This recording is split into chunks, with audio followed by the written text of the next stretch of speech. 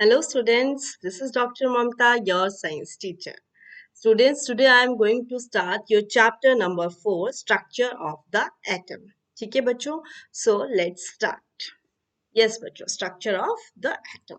बच्चों, मैंने आपको पहले एटम्स एंड मॉलिक्यूल के चैप्टर में आपको एटम के बारे में बेटा काफी चीजें बताई थी, बट मैंने उसको ज्यादा इलेबोरेट नहीं किया था क्योंकि मुझे पता था this is we are going to study in chapter number 4 everything about atom, what actually atom is और एटम के अंदर क्या क्या होता है ना बेटा। तो I have told you that in our nature, है ना, नेचर क्या अपनी पूरे वर्ल्ड में चीजें या तो सॉलिड से बनी है या लिक्विड से बनी है या गैस से बनी है, ठीक है। और ये सब चीजें चाहे वो सॉलिड है, चाहे लिक्विड है, चाहे गैस है, they all are made of one or other kind of element, ठीक है। चाहे वो आपका एलिमेंट ऑक्सीजन हो गैस की फॉर्म में, है ना, चाहे आपका नाइट्रोजन हो, चाहे आपका आयरन हो, आपके घर में जितनी भी चीजें हैं वो किसी ना किसी एलिमेंट से बनी हुई है बेटा। हो सकता है कि वो एलॉय हो, कि दो एलिमेंट आपस में मिले हुए हों, ठीक है बच्चों। तो अभी मैंने आपको बताया था कि जो भी एलिमेंट है उसकी जो स्मॉलेस्ट एंटाइटी होगी, मतलब जो सबसे छोटी यूनिट होगी, वो एटम होगी। जैसे आपकी बॉडी की सबसे छोटी यूनिट सेल है, ऐसे ही पूरे जो यूनिवर्स में जितनी भी चीजें हैं उनकी जो स्मॉलेस्ट एंटाइटी है दैट इज एटम, ठीक है। एटम से छोटा बेटा कुछ भी नहीं है, ठीक है। सो तो अभी हम पढ़ने जा रहे हैं एटम, ठीक है बच्चों। चलिए मैं अब आपको एक्सप्लेन करती हूँ थोड़ा सा एटम का स्ट्रक्चर। देखिए बच्चों, मैंने आपको बताया, आप बस एक चीज याद रखना, अभी आप किस चीज से लिखते हैं एग्जाम्स में, पेन से, तो बस आप अपना पेन याद रखिएगा, ठीक है। एटम के अंदर बेटा ये तीन चीजें होती हैं, proton, proton, electron and neutron, ठीक है। ये आपका कोई एटम है, ठीक है। इसका पहले हम न्यूक्लियस बना देते हैं, मैं बताती हूँ अभी आपको थोड़ी देर में न्यूक्लियस क्या होता है। और जो ये आपका मान लीजिए कोई एटम है, तो बच्चों इसके अंदर जो इसका बीच में जो सेंटर होता है, जिसे हम न्यूक्लियस भी बोलेंगे, उसके अंदर होते हैं आपके प्रोटॉन एंड न्यूट्रॉन। याद रखना बच्चों, पेन में जो बाहर वाली चीजें होंगी प्रोटॉन और न्यूट्रॉन, ये आपके एटम के न्यूक्लियस में होंगे। Got it? यस।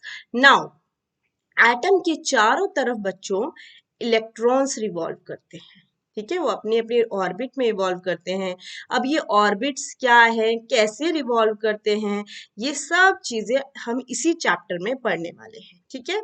बस आप इतना समझ लीजिए कि एक एटम के न्यूक्लियस में प्रोटॉन है और न्यूट्रॉन है और उसके चारों तरफ इलेक्ट्रॉन्स रिवॉल्व करते रहते हैं, ठीक है बच्चों। तो अब मैं आपको और अच्छे से एलेबरेट करती हूँ। This is proton, this is electron and this is neutron, है ना। चलिए, तो बच्चों मैं आपको एक बात ध्यान से सुनिएगा कि हमें बच्चों प्रोटॉन हो चाहे इलेक्ट्रॉन हो चाहे न्यूट्रॉन है, हमें इनकी दो चीजों की नॉलेज हमें हमेशा होनी चाहिए, इधर इट इज मास और इट इज चार्ज, ठीक है।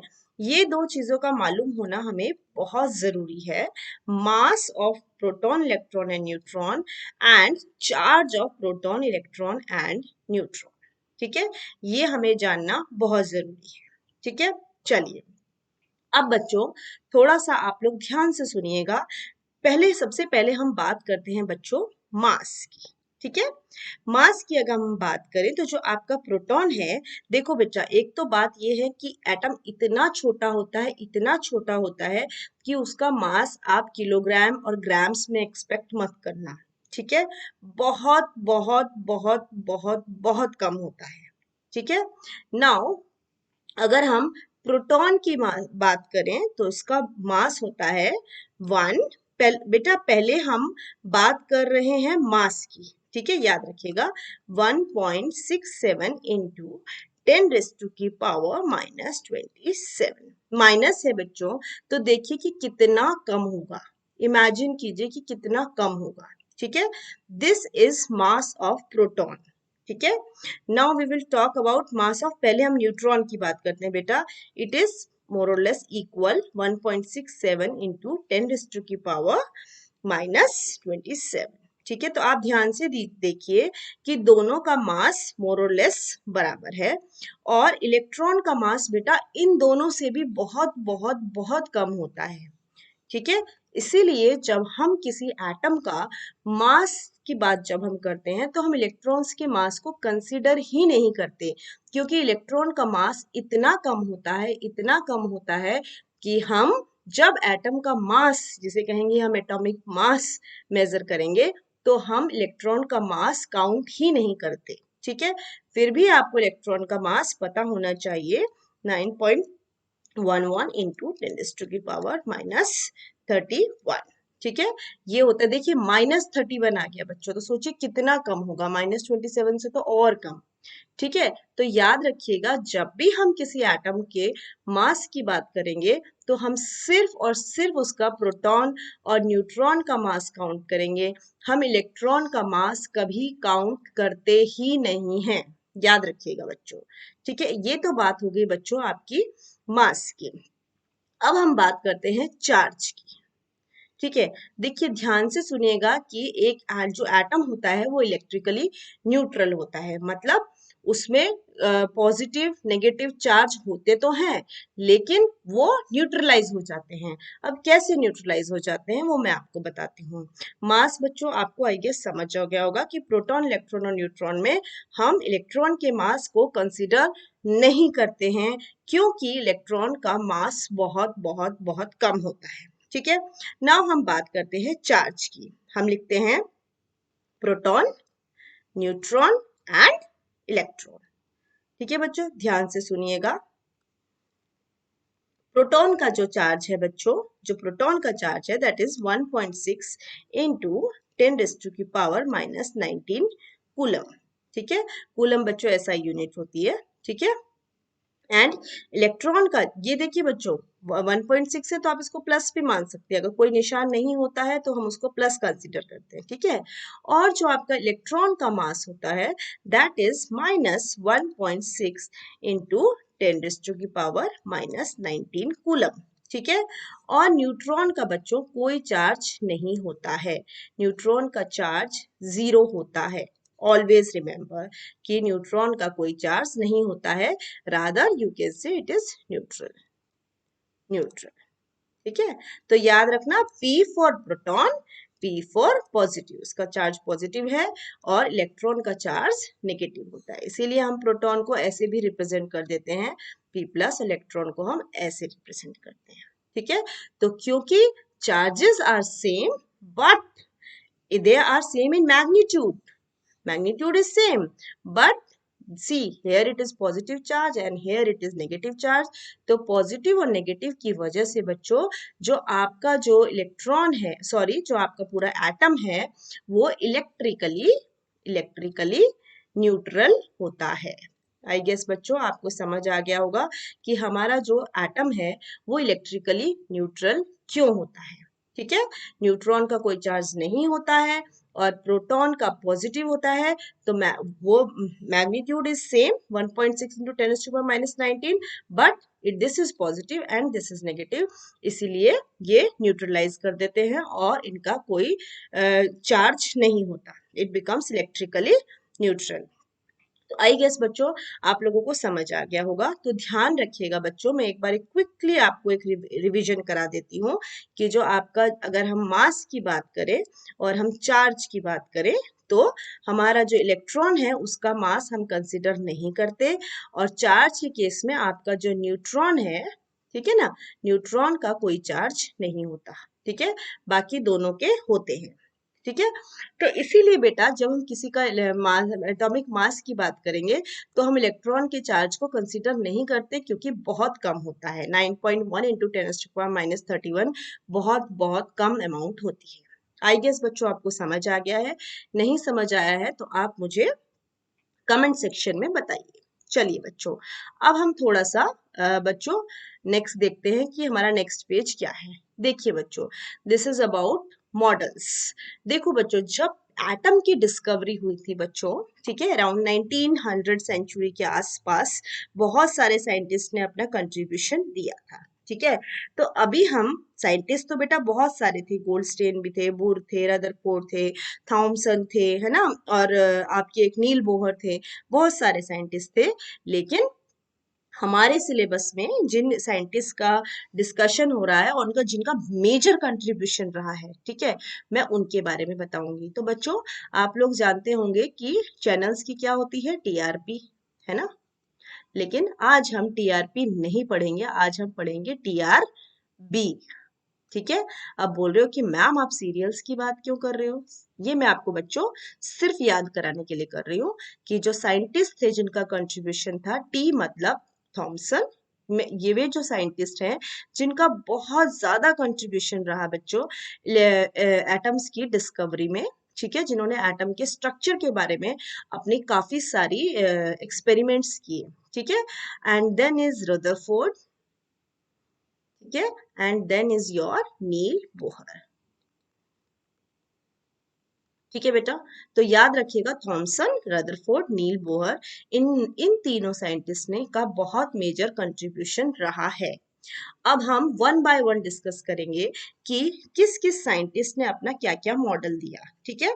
तो इससे पहले बच्चों आप लोगों को एटम्स के बारे में बेसिक नॉलेज होनी चाहिए, ठीक है, कि एटम के अंदर क्या होता है ना, और एटम्स क्या हैं, आप एक्चुअली एटम क्या करेंगे, तो एटम क्या होते हैं, तो हमें बोलना चाहिए atom was indivisible and indestructible, उसको आप तोड़ नहीं सकते। और जैसे ही आप एटम्स को, अगर आप कोशिश करें कि उसका प्रोटॉन और न्यूट्रॉन अगर निकाले, तो उसकी एटम की कोई प्रॉपर्टी ही नहीं बचेगी, तो you can not call it atom, ठीक है। चलिए हम थॉमसन की मॉडल की सबसे पहले बात करते हैं। जो थॉमसन नाम के जो साइंटिस्ट थे बच्चों, इन्होंने अपना जो मॉडल दिया, उन्होंने क्या बोला, अकॉर्डिंग टू बच्चों, एक बात मैं आपको बार बार बताना चाहती हूँ कि मैं एनसीईआरटी का सिलेबस फॉलो करती हूँ, ठीक है। तो जो मैं डायग्राम्स भी बच्चों यूज कर रही हूँ, वो 90 टू 95% या सारे के सारे डायग्राम्स ही मैं आपके एनसीईआरटी से निकाल के ही लगती हूँ, ताकि आपको चीजें और अच्छे से क्लियर हो। चलिए बच्चों, तो मैं बता रही थी आपको थॉमसन मॉडल के बारे में। थॉमसन ने क्या प्रपोज किया था कि Thomson propose the model of an atom to be similar to that of Christmas pudding. उन्होंने क्या बताया कि जो क्रिसमस की पुडिंग होती है, जिसमें बच्चों बीच बीच में चेरीज भी आ जाएंगी, देखिए देखिए जैसे कि ये आपका पुडिंग है, ठीक है, उसमें क्या होता है, बीच बीच बीच में छोटी छोटी चेरीज भी आ जाती है ना, ये देखिए ऐसे। या तो ये जो आपका जो एटम का मॉडल है, या तो ऐसा है कि क्रिसमस की पुडिंग की तरह, या फिर जो वाटरमेलन है ना, वाटरमेलन आपने देखा होगा बच्चों कि पूरा अंदर से रेड रेड होता है ना, पूरा जो वाटरमेलन है इट इज रेड रेड, और उसके बीच में बच्चों you can see various small seeds, है ना। तो थॉमसन ने अपने आइडिया जो उन्होंने जो फील किया, उन्होंने बताया कि जो एटम का स्ट्रक्चर है, या तो क्रिसमस की पुडिंग की तरह है, या फिर वाटरमेलन की तरह है। और इस वाटरमेलन में जो है, हम ये बोल सकते हैं कि the positive charge of the atom is spread all over like the red edible part of the watermelon. मतलब जब ये जो आपको ब्लैक ब्लैक सीड्स दिखाई दे रही हैं, उन्होंने बोला ये इलेक्ट्रॉन है, ठीक है। और जो इडिबल पार्ट है, इडिबल पार्ट मतलब जो रेड वाला पार्ट आप देख रहे हैं आपको, ये वाला, ये देखिए बच्चों, ये देखिए, इनको उन्होंने बोला, ये सीड्स को बोला, वाटरमेलन की सीड्स को उन्होंने बोला, किन्होंने, थॉमसन ने, कि ये क्या है, इलेक्ट्रॉन्स है, ठीक है। और उन्होंने बताया कि जो रेड इडिबल पार्ट है, वो सारा का सारा पॉजिटिव चार्ज है। पर क्या बच्चों सोचिए, क्या सच में इलेक्ट्रॉन्स ऐसे होते हैं? अभी हमने बात करी थी कि इलेक्ट्रॉन्स एक ऑर्बिट में रिवॉल्व करते हैं, ठीक है। इसीलिए इन्होंने, जो थॉमसन थे, इन्होंने काम बहुत अच्छा किया, और इन्हीं को ही मेजर जो कंट्रीब्यूशन जिसे कहते हैं, इन्हीं को ही दिया गया, और इनको इस बात पे नोबेल प्राइज भी अवार्ड हुआ था। लेकिन उनका जो स्ट्रक्चर था, वो उन्होंने बिल्कुल करेक्ट नहीं दिया।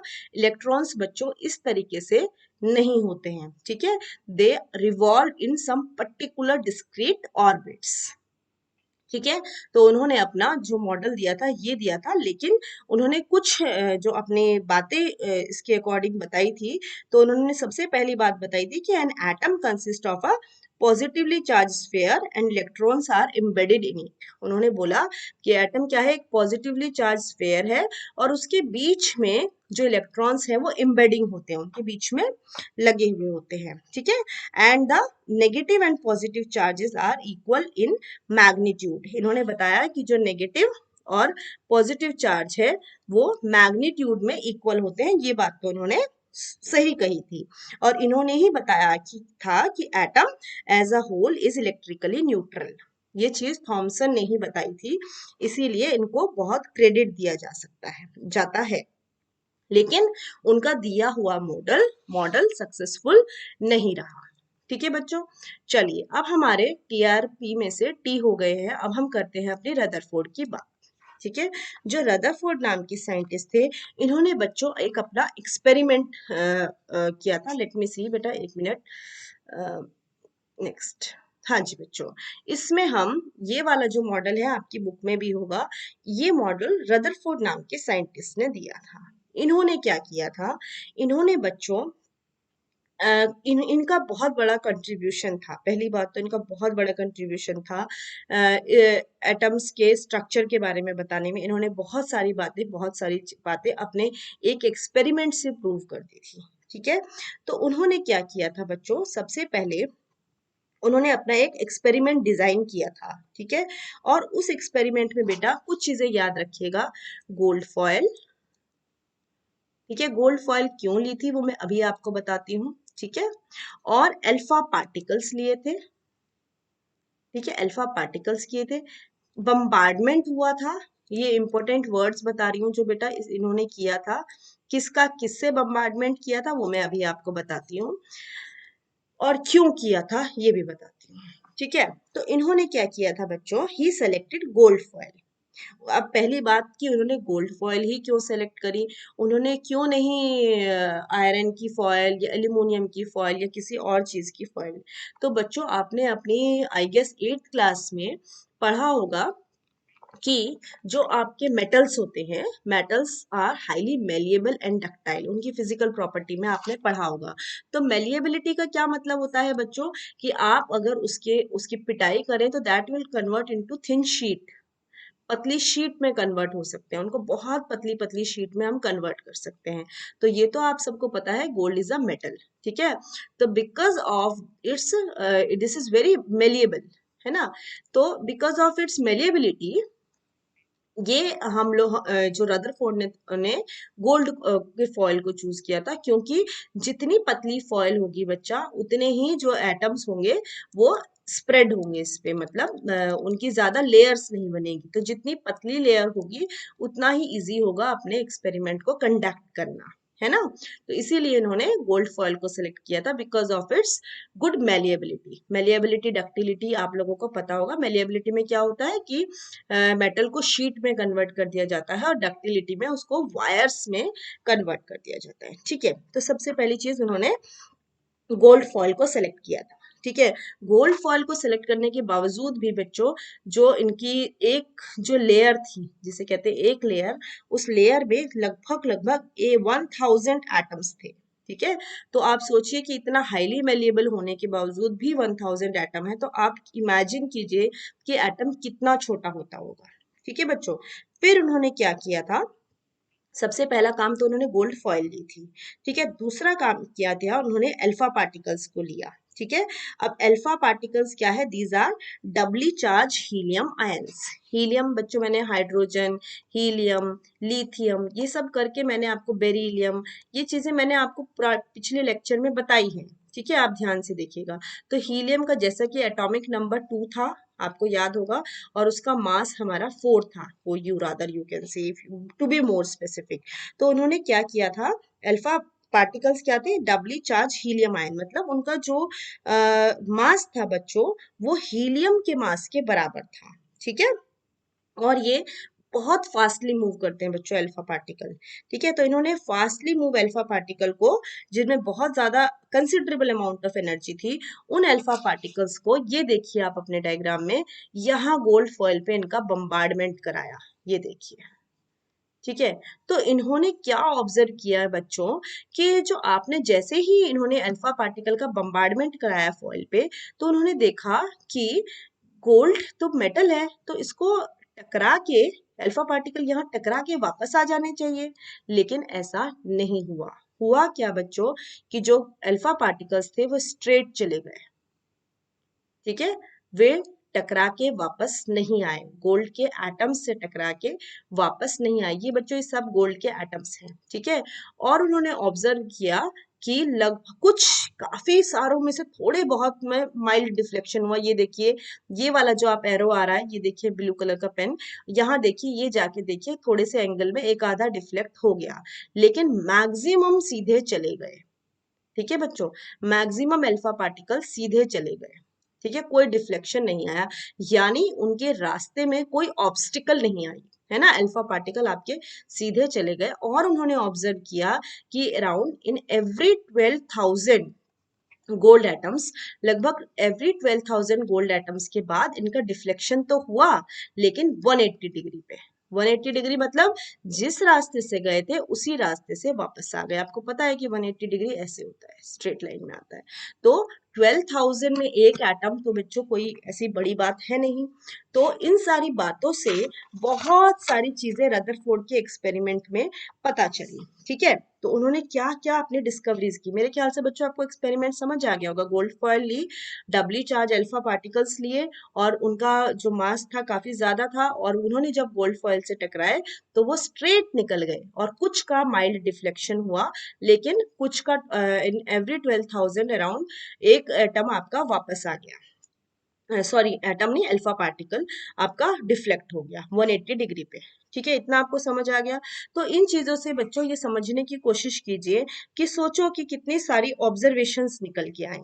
इसका मतलब कि ये देखो, ये जो इतना बड़ा एटम है, ये देखिए, मैं और क्लियरली बनाने की कोशिश करती हूँ बच्चों रेड कलर से।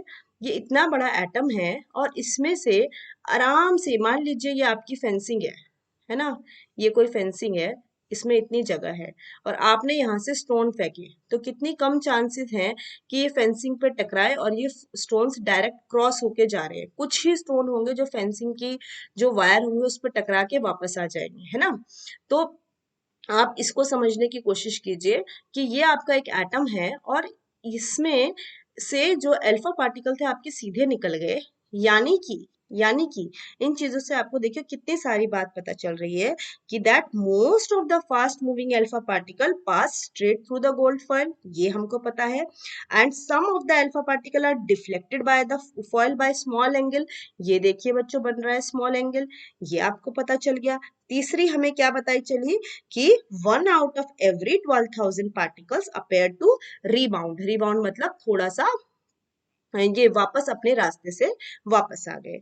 तो उनकी सारे जो इनका एक्सपेरिमेंट होता था बच्चों, उस एक्सपेरिमेंट का नाम था अल्फा पार्टिकल स्कैटरिंग एक्सपेरिमेंट, ठीक है। तो उन्होंने इस जितना ये हम सब ने काम, जो जितना भी रदरफोर्ड ने जो काम किया, उससे हमें बेटा बहुत सारी बातें पता चली, ठीक है। सबसे पहली बात हमें क्या पता चली, लेट मी इरेज दिस ताकि मैं आपको और अच्छे से बता सकूं, कि जो रदरफोर्ड थे, इनकी ऑब्जर्वेशंस क्या थी।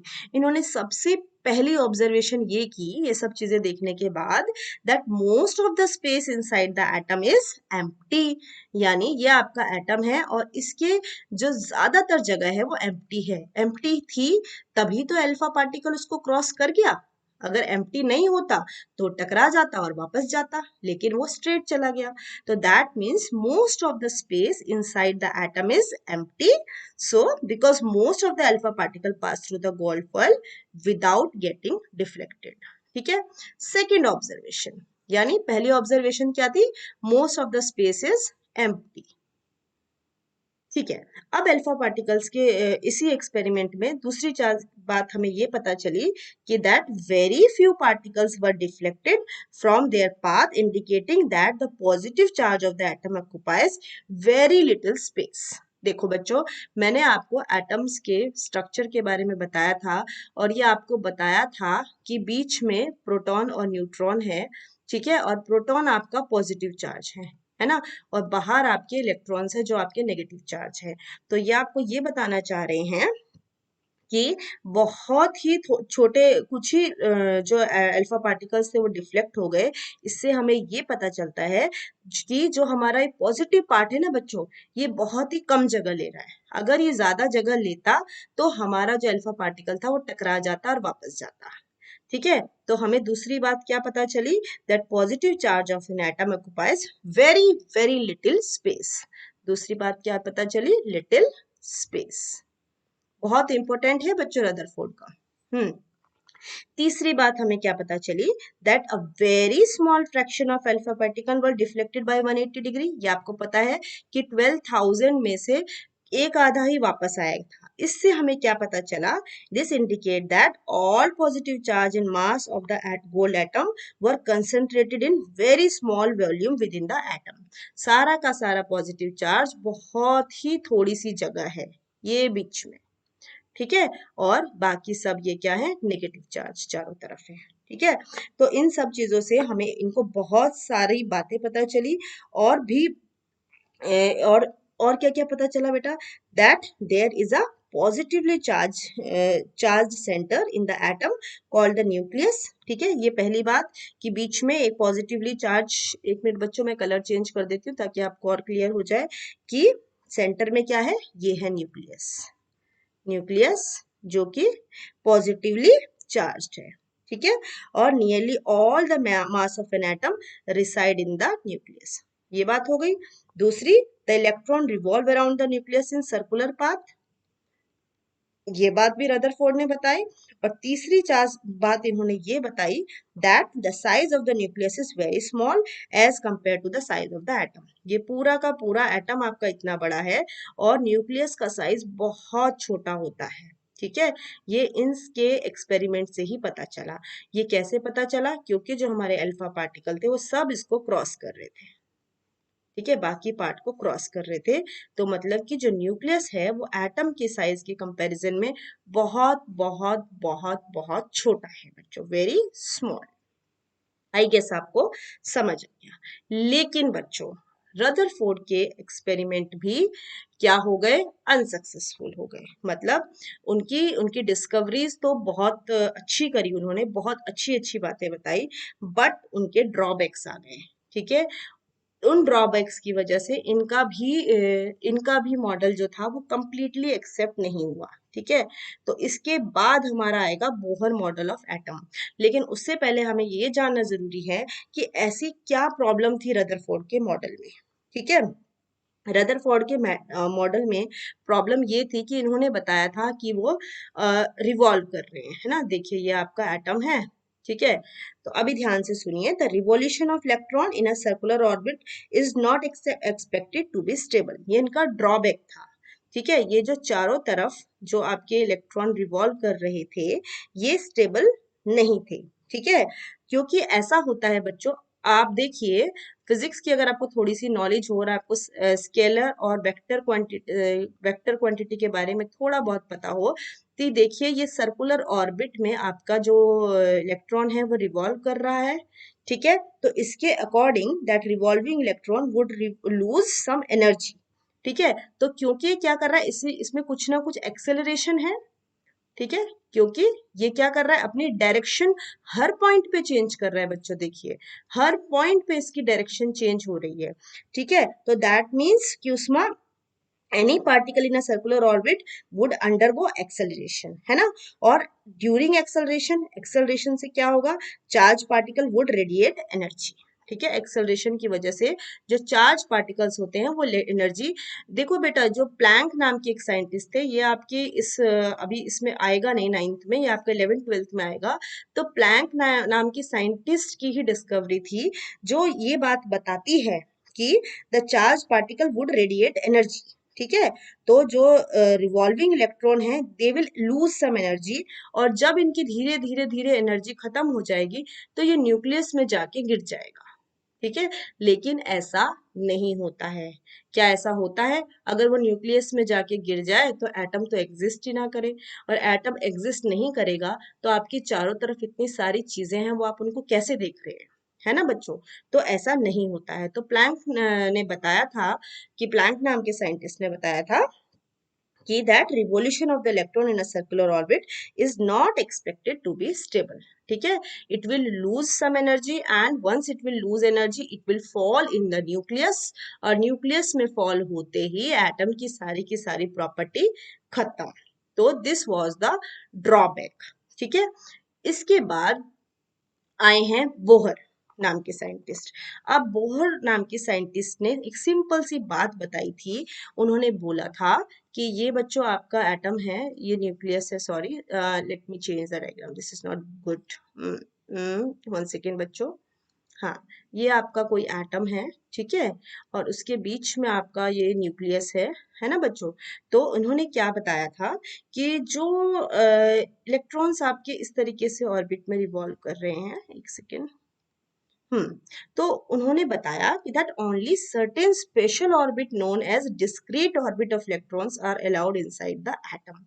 मतलब एटम के अंदर कुछ स्पेशल ऑर्बिट्स होती है। ऐसा नहीं होता कि कोई भी कहीं घूम रहा है, ऐसा नहीं होता है।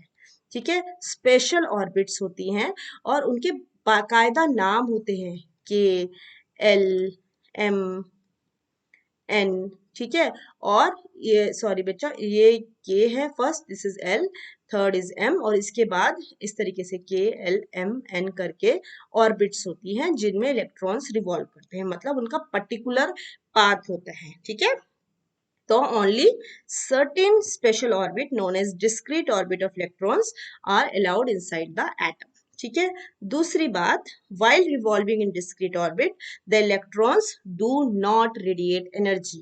ठीक है, ये इलेक्ट्रॉन्स जो होंगे, जो इलेक्ट्रॉन से चारों तरफ घूम रहे हैं, ये एनर्जी को रेडिएट नहीं करेंगे। अगर ये एनर्जी को रेडिएट करेंगे तो बहुत नुकसान होता है। ठीक है, ये चीजें जो ये रेडिएशन की वाली बातें हैं बच्चों, ये आपकी हायर क्लासेस में आती हैं। ठीक है, तो आपको समझ आ गया जो ऑर्बिट्स होंगी, या फिर हम ऑर्बिट्स को बच्चों शेल्स भी बोलते हैं। इन्हीं ऑर्बिट्स को हम, orbit and shell are one and the same thing. ठीक है, तो ये पर्टिकुलर शेल्स में मूव करती हैं। ठीक है, और बेटा इनका पर्टिकुलर कैसे, ये मतलब how are electrons distributed in different orbit, different shell में किस तरीके से रिवॉल्व करते हैं, ये भी मैं आपको बताऊंगी। और ये बातें हमें बोहर और बुरे, बुरे नाम की, बोहर के साथ एक बुरे नाम के साइंटिस्ट थे, उन्होंने बताई थी। ठीक है, कि किस तरीके से ये रिवॉल्व करेंगे। ठीक है, तो इन्होंने एक बड़ा सिंपल सा बच्चों फॉर्मूला दिया था। वो फॉर्मूला था आपका 2n²। ध्यान से देखिएगा बच्चों, फॉर्मूला वाज 2n²। ठीक है, और जो n है, n क्या है, this is, n is the orbit number of energy level, this is orbit number, orbit number. अब ये समझने की कोशिश कीजिए, फर्स्ट ऑर्बिट है तो k है, सेकंड ऑर्बिट है तो l है, थर्ड है तो m है, फोर्थ है तो n है। बच्चों ये ऑर्बिट वॉर्बिट की स्टोरी आपको और अच्छे से समझ आ जाएगी अगर आप मेरा एटम्स एंड मॉलिक्यूल वाला लेक्चर देखेंगे। ठीक है, तो जैसे k शेल है बेटा, हमारी फर्स्ट ऑर्बिट क्या है, k है। ठीक है, और फॉर्मूला इज 2n², 2n², है ना। तो 2 को ऐसे ही लिखिए, orbit number 1, k is orbit number 1, 1 का स्क्वायर। ठीक है, तो इज इक्वल टू 2, यानी के शेल में केवल और केवल 2 इलेक्ट्रॉन ही हो सकते हैं। 2 के बाद अगर तीसरा आ गया तो वो नेक्स्ट शेल में जाएगा। ये मान लीजिए कि ये ट्रेन के डब्बे हैं और इन डब्बों में एक पर्टिकुलर अमाउंट, मतलब पर्टिकुलर नंबर ऑफ पैसेंजर ही आ सकते हैं। तो ये मान के चलिए कि के शेल में 2 से ज्यादा कभी नहीं आएंगे। ठीक है, अब बात करते हैं हमारी एल शेल की। ठीक है, L shell formula will remain same, 2n², 2 into orbit number 2, है ना, एंड 2 का स्क्वायर। ठीक है, तो आप देख सकते हैं क्या होगा इसका बच्चों, 2 इंटू 2 का स्क्वायर क्या होगा बच्चा, 4 एंड इज इक्वल टू 8। यानी जो आपकी सेकंड शेल है, इलेक्ट्रॉन्स की जो सेकंड शेल है या सेकंड ऑर्बिट कहिए, उसमें 8 इलेक्ट्रॉन से ज्यादा नहीं आ सकते हैं। ठीक है, same thing with is, 1 minute बच्चों, इरेज करूं या इसी पे बता देते हैं। चलिए कोई बात नहीं, मेरे से इरेज हो गया, अनडू कर देते हैं। चलिए, अब हम बात करते हैं हमारी एन के बारे में पता चल गया, एल के बारे में चला। अब एम क्या है? नंबर थ्री 2n² है। फॉर्मूला लगाइए, 2 × 3²। 2 × 3² क्या होगा बच्चों? बोलिए। 9। 9 × 2 = 18। ठीक है, तो यानी हमारी एम शेल में 18 से ज्यादा इलेक्ट्रॉन्स नहीं आ सकते हैं। ठीक है, और सेम वे विद एन, अगर आप कैलकुलेट करेंगे, यहाँ कैलकुलेट करते हैं बच्चों, 2n²। ठीक है, 2 × कितना है? फोर्थ, एन का नंबर क्या है? 1 2 3 4, 4²। ठीक है, तो 2 × 16 = 32। ज्यादा ही खिचड़ी बन गई बच्चों, कोई बात नहीं, आपको समझ आना चाहिए कि हमारे जो एन शेल है उसमें 32 से ज्यादा नहीं हो सकते।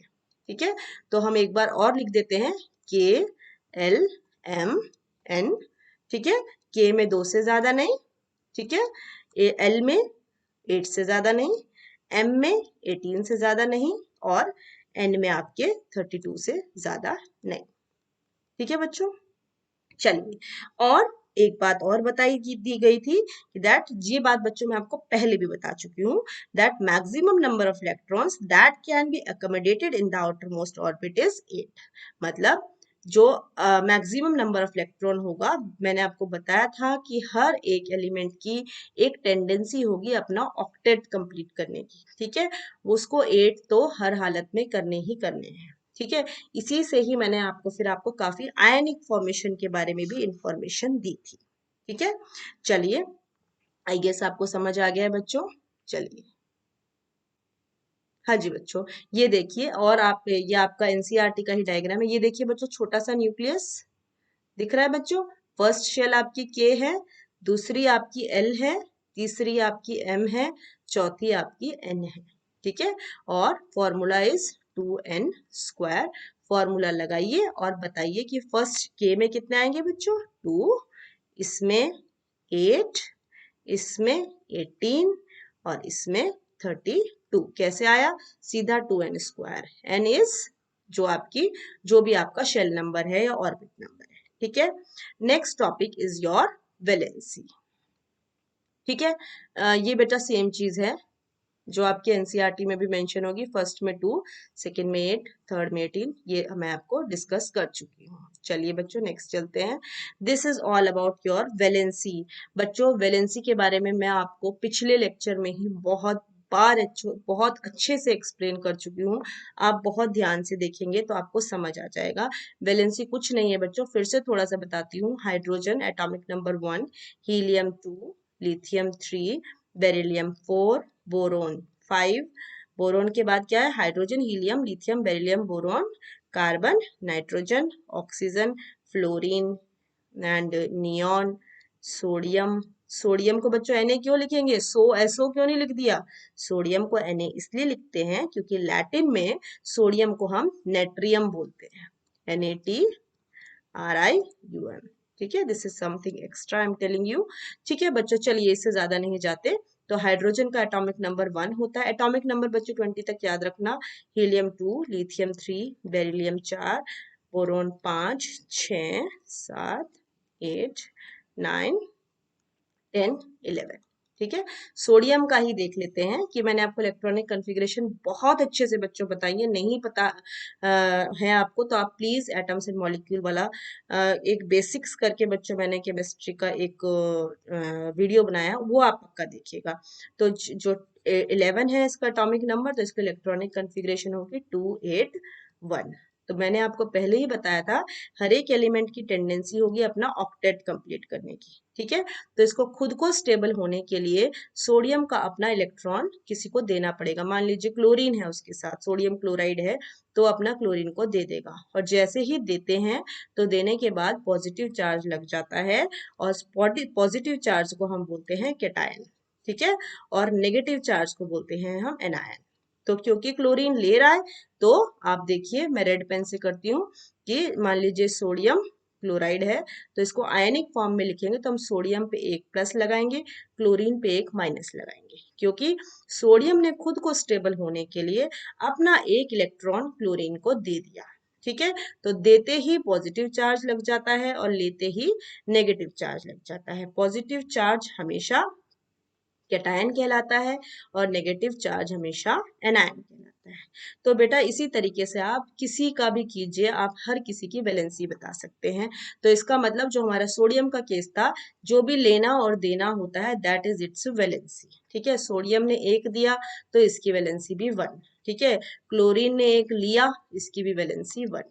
ठीक है, हालांकि आउटर मोस्ट शेल में क्लोरीन के आप देखिए, क्लोरीन का एटॉमिक नंबर क्या होता है, 17 होता है। ठीक है, तो आप देखेंगे तो 287 है ना, लेकिन 7 इसको क्या करना है, 7 तो इसकी आउटर मोस्ट शेल में है 7 इलेक्ट्रॉन, लेकिन इसकी वैलेंसी क्या होगी, 1 होगी, क्योंकि इसको अपना ऑक्टेट कंप्लीट करने के लिए किसी से एक इलेक्ट्रॉन लेना पड़ेगा, और 1 इलेक्ट्रॉन लेगा तो इसकी वैलेंसी हो जाएगी 1। ठीक है, तो इसी तरीके से जो भी लेना और देने की जो टेंडेंसी होती है उसी से ही हमें वैलेंसी पता चलती है। और बच्चों बहुत बड़ी बात बता रही हूँ कि ये जो चीजें हैं ना, वैलेंसी से हम वैलेंसी देख के ही हम लोग बता सकते हैं कि किसी भी एलिमेंट का वो आपका मेटल होगा, नॉन मेटल होगा, मेटल होगा कि नॉन मेटल होगा। ठीक है, इसके अलावा बच्चों मेटेलॉइड्स भी होते हैं। मेटेलॉइड्स वे होते हैं जिनमें मेटल और नॉन मेटल दोनों की प्रॉपर्टी होती है। ठीक है बच्चों, चलिए अब हम बात करेंगे आपकी एटॉमिक नंबर और मास नंबर की, कि हम एटॉमिक नंबर किसको बोलते हैं और मास नंबर किसको बोलते हैं। तो चलिए हम जैसे मैग्नीशियम ले लेते हैं, मैग्नीशियम ले लेते हैं, क्योंकि सोडियम की हमने बात कर ली, तब चेंज करते हैं।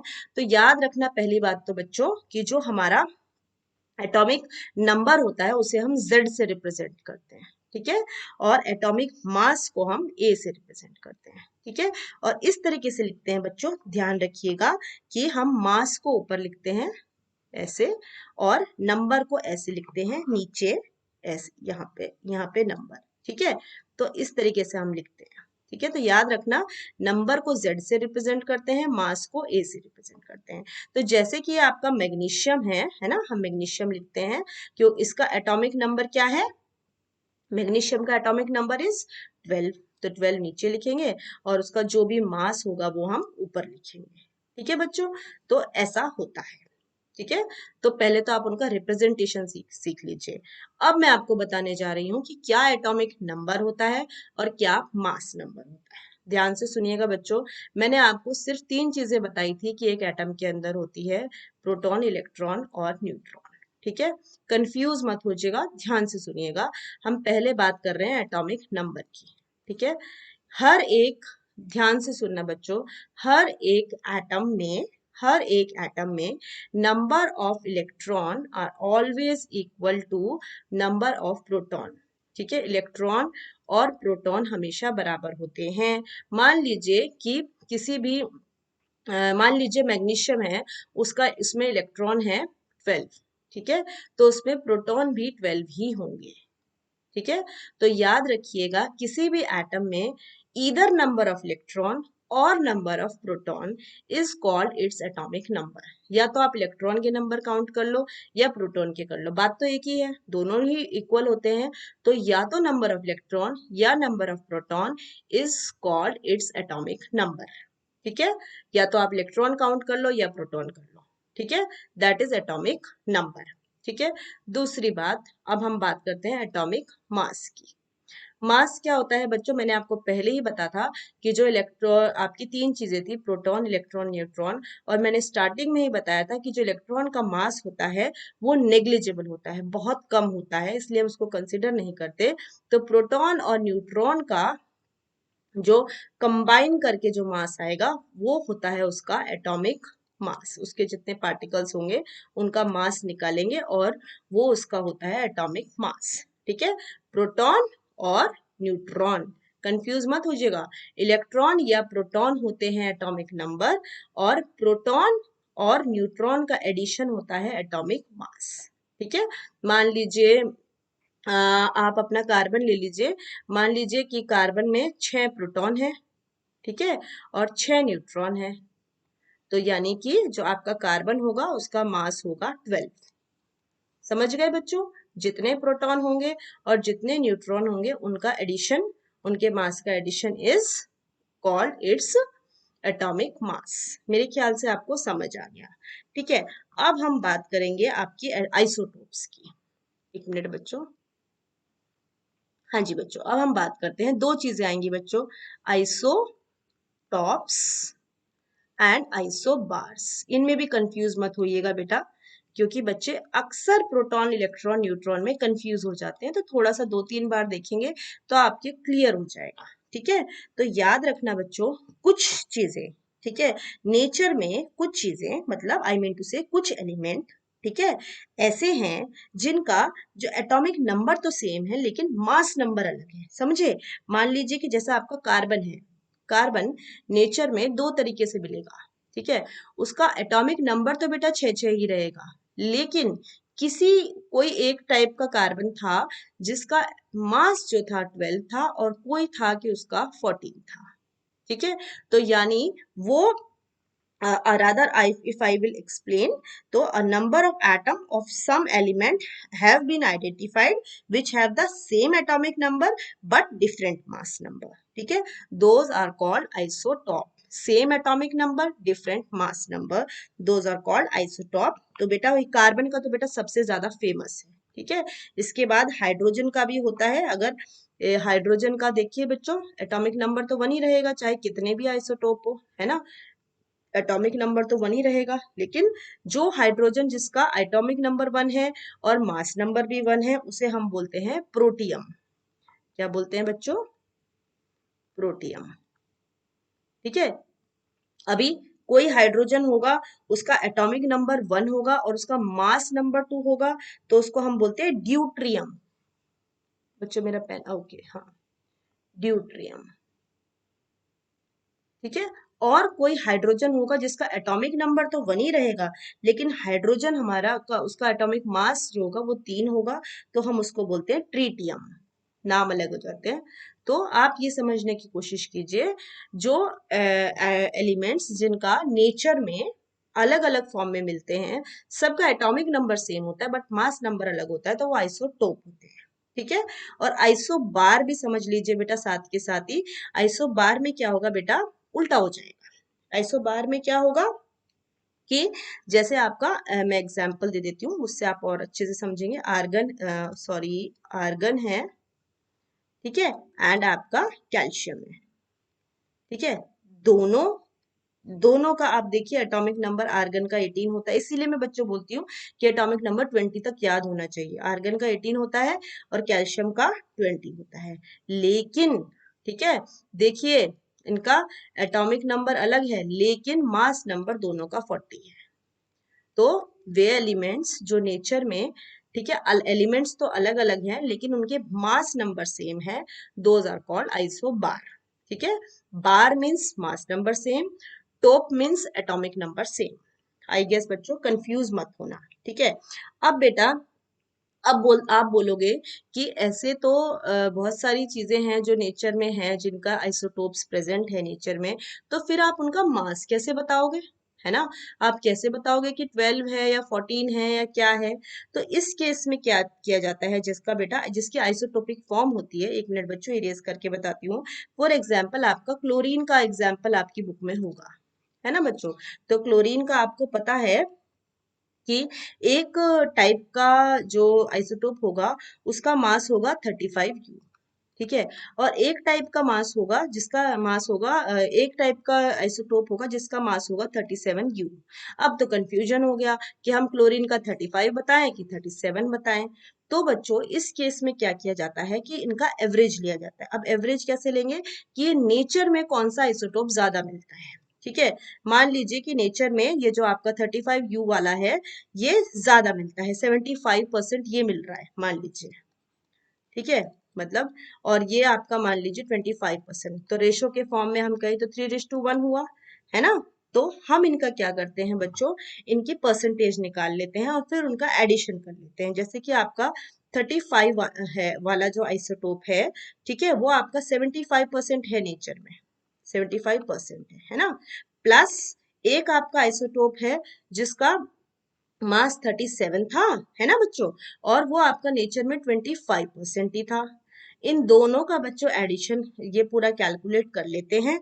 जितना भी आएगा कैलकुलेशन करके 35.5 आता है, जो क्लोरीन का आप हर जगह आप अगर क्लोरीन का मास देखेंगे तो ये लिखा होगा। तो वो ऐसा इसलिए होता है कि उसके जितने आइसोटोप्स होते हैं उसके कितने अमाउंट में कितना अबंडेंट है, अबंडेंट मतलब कितना ज्यादा नेचर में है, ठीक है, वो चीजें देख ली जाती है कि कौन सी चीज कितने परसेंटेज में है, फिर उसका एवरेज निकाल के ये बता देते हैं कि उस एलिमेंट का एटॉमिक मास क्या होता है। ठीक है, अब बेटा एक चीज और आपके सिलेबस में है, वो थोड़ी सी इंपॉर्टेंट है और आ भी जाती है, एप्लीकेशंस ऑफ आइसोटोप्स। ठीक है, जो बेटा आइसोटोप्स हैं बच्चों, वो नेचर में उनका बहुत यूजेस है, मतलब मेडिकल फील्ड में काफी ज्यादा इसका यूज है। ठीक है, तो सबसे पहले आप याद रखिए कि कौन कौन से आइसोटोप ज्यादा यूजफुल हैं, उनके नाम याद कर लीजिएगा। एक तो यूरेनियम का, ठीक है बच्चा, एंड दूसरा जो आपका आइसोटोप काफी फेमस है वो है आपका कोबाल्ट का। ठीक है, और तीसरा जो आपका आइसोटोप काफी फेमस है वो है आयोडीन का।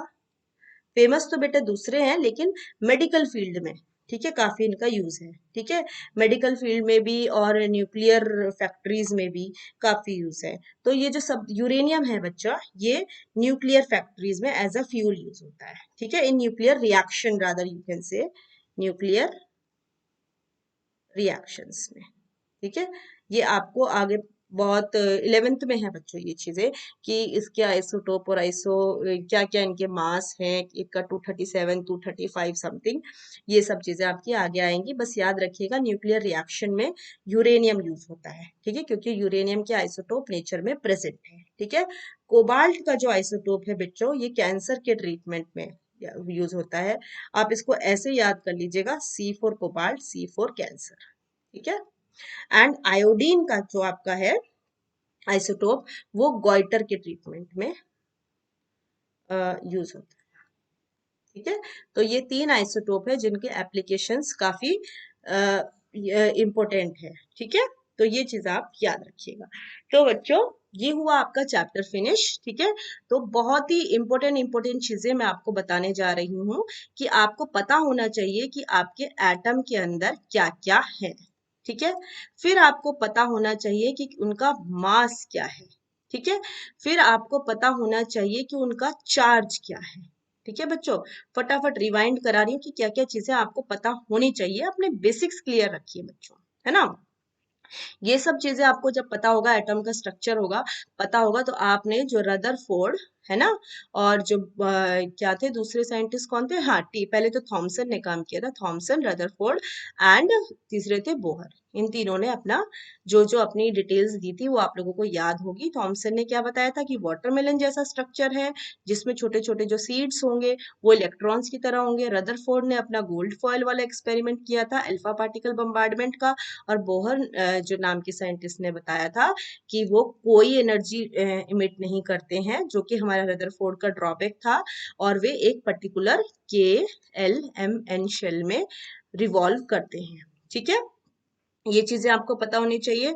एटॉमिक नंबर क्या होता है, ये आपको पता होना चाहिए कि एटॉमिक नंबर क्या होता है, या तो नंबर ऑफ प्रोटॉन या नंबर ऑफ इलेक्ट्रॉन, न्यूट्रॉन की कोई बात नहीं है। ठीक है, एंड एटॉमिक मास क्या होता है, एटॉमिक मास होता है प्रोटॉन प्लस न्यूट्रॉन। मास के केस में हम इलेक्ट्रॉन की बात नहीं करते, क्योंकि इलेक्ट्रॉन का मास बहुत बहुत कम होता है।